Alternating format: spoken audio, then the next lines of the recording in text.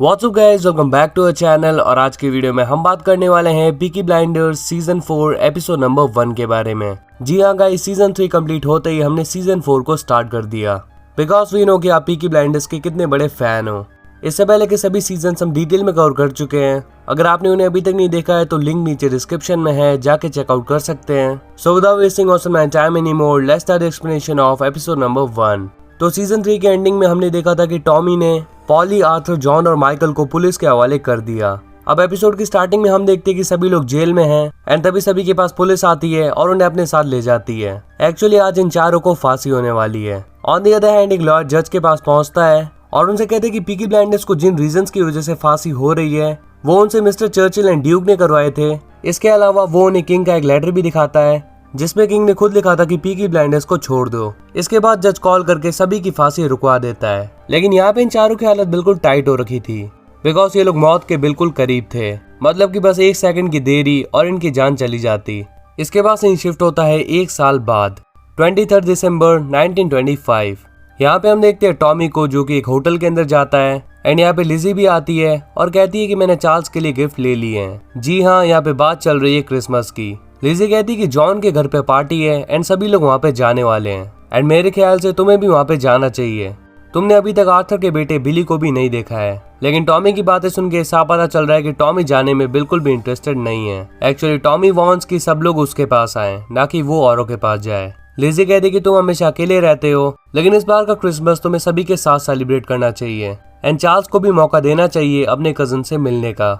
लेकिन टॉमी अभी भी उससे ढंग से बात नहीं कर रहा था, इसीलिए लिजी यहाँ से चली जाती है। इसके बाद हम देखते हैं कि टॉमी एक फैक्ट्री में जाता है जो कि अब माइकल हैंडल करता है। टॉमी आके देखता है तो यहाँ पे माइकल कोकेन ले रहा था। माइकल यहाँ पे टॉमी को जेसी ईडन नाम की लेडी के बारे में बताता है। जी हाँ, जेसी ईडन के बारे में हमने सीजन 3 में भी सुना था। एक्चुअली वो वुमेन्स के राइट के लिए फाइट करती रहती है। अब टॉमी डिसाइड कर लेता है जेसी ईडन के साथ मीटिंग करने की। माइकल पूछता है कि क्या इस मीटिंग में मैं भी तुम्हारे साथ रहूं, लेकिन टॉमी उसे जाने के लिए कह देता है। लेकिन उसके यहाँ से जाने से पहले टॉमी उससे पॉली के बारे में इन्फॉर्मेशन मांगता है। माइकल बताता है कि आजकल वो बहुत ही ज्यादा ड्रग्स वगैरह लेने लग गई हैं एंड इसके साथ साथ काफी अल्कोहलिक भी हो गई हैं। और ये तो कुछ भी नहीं है, आजकल तो वो आत्माओं से बात करने लग गई है। फिर टॉमी कहता है कि जितना हो सके उसे ड्रग्स एंड अल्कोहल जैसी चीजों से दूर रखो एंड उसकी बातों को सच मानना स्टार्ट करो। वो जो भी कह रही है उसकी बातों को ढंग से सुनो एंड समझो। जी हाँ, यहाँ पे भूतों को समझने की बात हो रही है एंड टॉमी उसे वार्न करता है कि अब से कोकेन लेना बंद कर दो। अब सीन शिफ्ट होता है पॉली की तरफ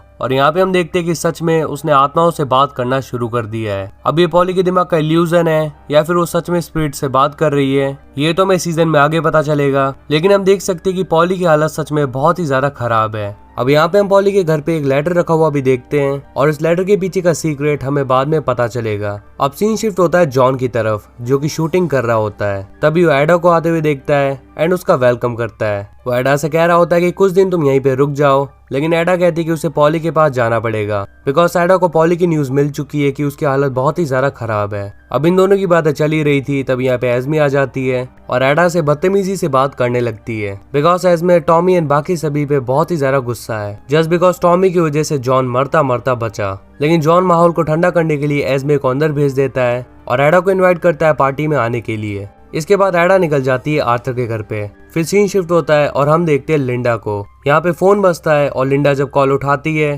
तो उसे पता चलता है कि एडा यहाँ पे आने वाली है। वो ये बात जाके आर्थर को बताती है एंड यहाँ पे हम देख सकते हैं कि आर्थर का कैरेक्टर पूरी तरीके से चेंज हो गया है। वो अपने बच्चे बिली के साथ एंजॉय कर रहा था और ये सुन के कि एडा उससे मिलने आने वाली है वो बहुत ही ज्यादा खुश हो जाता है। इसके बाद हम देखते हैं कि आर्थर के घर पे भी वही लेटर पड़ा है जो कि पॉली के घर पे पड़ा हुआ था। मतलब कि इस लेटर से कोई ना कोई घोटाला तो होने वाला है। इसके बाद हम देखते हैं जैसे ईडन को जो कि टॉमी के पास आई होती है मीटिंग के लिए। टॉमी उससे स्ट्राइक बंद करने के लिए कहता है बिकॉज ऑफ फेस्टिवल सीजन भी आ रहा है यानी कि क्रिसमस। लेकिन जैसे ईडन टॉमी के सारे काले छिट्टे खोलने लगती है। इतना सुनने के बाद थॉमस भी परेशान हो जाता है एंड कहता है कि तुम्हें मुझसे प्रॉब्लम है या वुमेन्स के राइट से। टॉमी उसकी बात में बिल्कुल भी इंटरेस्ट नहीं दिखाता और उसे स्ट्राइक रोकने के लिए कहता है बिकॉज क्रिसमस भी आ रहा है। जैसे ईडन जाते जाते कहती है कि मैं क्रिसमस के बाद वापस से प्रोटेस्ट करूंगी। जी हाँ, वो टॉमी को खुली धमकी दे रही है। अब नेक्स्ट सीन में टॉम अपने घर पे होता है और यहाँ पे उसकी मेड मैरी आती है। वो उसे लेटर्स के बारे में बताती है और कहती है कि शेफ पूछ रहा था कि कल कितने लोगों का खाना बनेगा। टॉमी कहता है 27 लोगों का, क्योंकि जॉनी डॉग अपने लोगों को लेकर आ रहा है। इसके साथ टॉमी मैरी को भी अपनी टेबल पे इनवाइट करता है खाने के लिए। जी हाँ, वो मैरी को रिस्पेक्ट शो कर रहा है। इसके बाद टॉमी जब लेटर्स चेक करता है तो यहाँ पे उसे वही लेटर मिलता है जो कि हमने पॉली और आर्थर के घर पे भी देखा था। जी हाँ गाइस, ये सभी पीकी ब्लाइंडर्स को मिला है। एक्चुअली ये लेटर है लूका का और वो एक इटालियन है। वो यहाँ पे पीकी ब्लाइंडर्स से अपने डैड का बदला लेने के लिए आया है। उसके डैड वही है जिसे कि पीकी ब्लाइंडर्स ने सीजन 3 में मारा था, क्योंकि उसने टॉमी की वाइफ ग्रेस को मरवा दिया था। तो टॉमी ने आर्थर और जॉन को उसे मारने के लिए भेजा था and at the end Arthur ने उसे गोली मार दी। तो जी हाँ, ये उसी का बेटा है। इसके बाद हम एडा को देखते हैं जो कि आर्थर के पास पहुंच जाती है। यहाँ पे एडा आर्थर से पूछती है कि आजकल तुम क्या कर रहे हो।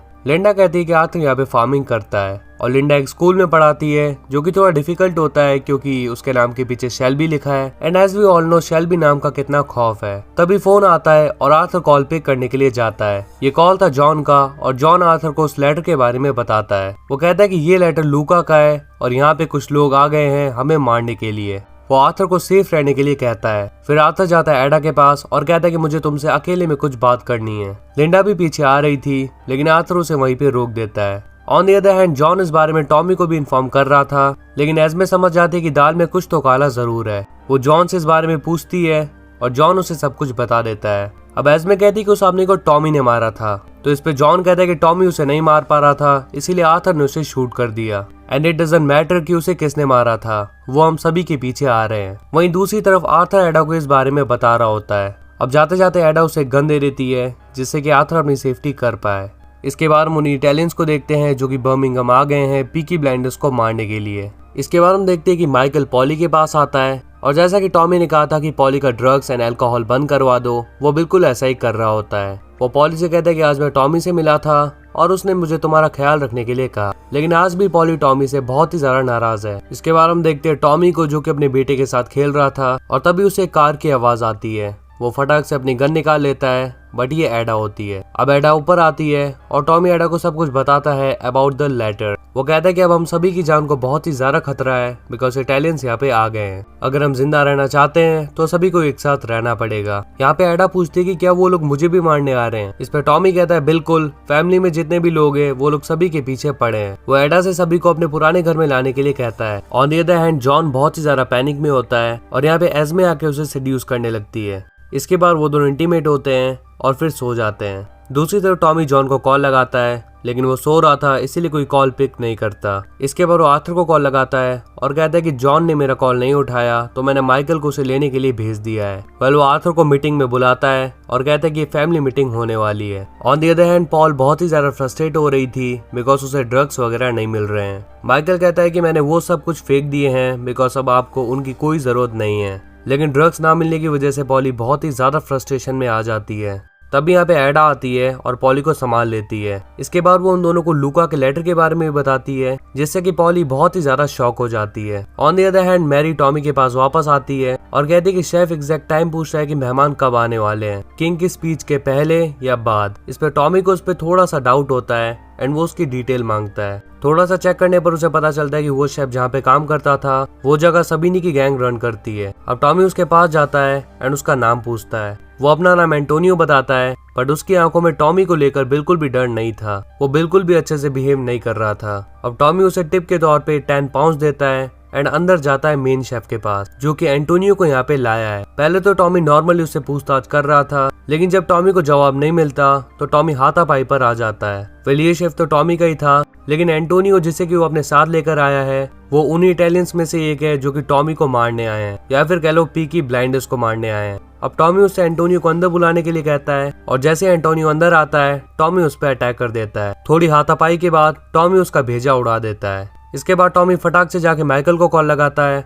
और कहता है कि जल्दी से जाके जॉन को यहाँ पे ले आओ। अब माइकल जॉन को लेने के लिए जाता है और जॉन पहले से प्रिपेयर्ड होता है कि अगर कोई यहाँ पे आता है उसे मारने के लिए तो जॉन उसका भेजा उड़ा देगा। माइकल यहाँ पे काफी ज्यादा रश कर रहा था कि जल्दी मेरे साथ चलो, लेकिन जॉन काफी ज्यादा रिलैक्स था। तभी बाहर कुछ लोग घोड़े पे आते हैं और जॉन पे फायरिंग स्टार्ट कर देते हैं। जॉन भी फायरिंग करता है लेकिन वो अकेला काफी नहीं था। फिर वो जॉन को बुरी तरह इंजर्ड करके यहाँ से निकल जाते हैं और ये एपिसोड यहीं पे खत्म हो जाता है। तो क्या लगता है, जॉन मारा जाएगा या फिर इस अटैक से जो कि काफी ज्यादा मुश्किल है सरवाइव कर जाएगा? वेल ये हमें पता चलेगा नेक्स्ट एपिसोड में। Well, if you enjoyed this one, then make sure to hit the like button and press the subscribe button if you're new on our channel. Share it as much as you can, and if you have any queries, just comment down and let us know. So we'll see you in the next one. Till then, peace up.